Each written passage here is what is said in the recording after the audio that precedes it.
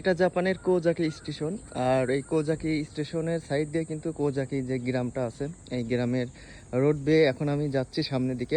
অনেক শান্ত একটা পরিবেশ। জাপানের গ্রামগুলোতে কিন্তু অনেক সুন্দর পরিবেশ হয়, বিশেষ করে চারদিকে থাকে অনেক গাছগাছালি, বাগান, অনেক সুন্দর সুন্দর বাড়িঘর।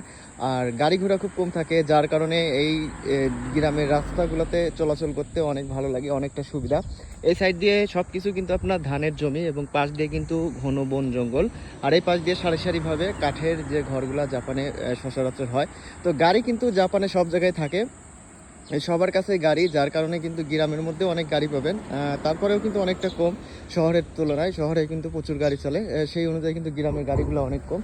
তো এই সাইড দিয়ে আমি কিন্তু রাস্তা পার হব, এবং রাস্তা পার হওয়ার জন্য কিন্তু গাড়িগুলা অনেক সময় দাঁড়িয়ে যায়। এগুলা বিশেষ করে একটা আলাদা একটা সিস্টেম, মানে জাপানে আপনি যখন রাস্তা দিয়ে চলাচল করবেন, আপনার গাড়িগুলা কিন্তু আপনাকে দেখে ভয় পাবে, অর্থাৎ গাড়িগুলো আপনাকে সাইড দিবে। আপনি বুঝতে পারবেন না যে গাড়ি আপনার জন্য দাঁড়িয়ে আছে, কিন্তু আপনি ভালোভাবে খেয়াল করবেন, দেখবেন কি গাড়ি আপনার জন্য দাঁড়িয়ে আছে। তো এই যে জাপানের যে কালচারগুলো, এই কালচারগুলো, এই নিয়ম নীতিগুলো অনেক ভালো, যার কারণে কিন্তু জাপানে দুর্ঘটনাও অনেক কম হয়, এবং অনেক নিয়ম তান্ত্রিকভাবে তারা চলাচল করে।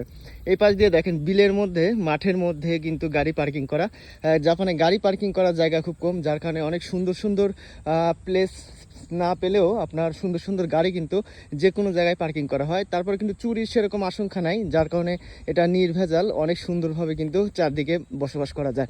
এই পাশ দিয়ে কিন্তু কাঠের বাড়িগুলা, আর এই পাশ দিয়েও কাঠের বাড়ি। আসলে কাঠের বাড়ি ছাড়া জাপানে সেরকম বাড়িঘর দেখা যায় না। অনেক বড় বড় ভবন যেগুলো আছে, সেগুলো হয়তো বা ইট বালি সিমেন্ট আর্কিটেকচার দিয়ে আরও অনেক সুন্দর সুন্দরভাবে তৈরি করা হয়। তো আমি সামনে যাব সুপার মার্কেটে, যার কারণে আপনাদের আজকের এই কোজাকি যে গ্রামটা আছে, গ্রামের কিছু অংশ আপনাদের কাছে তুলে ধরলাম।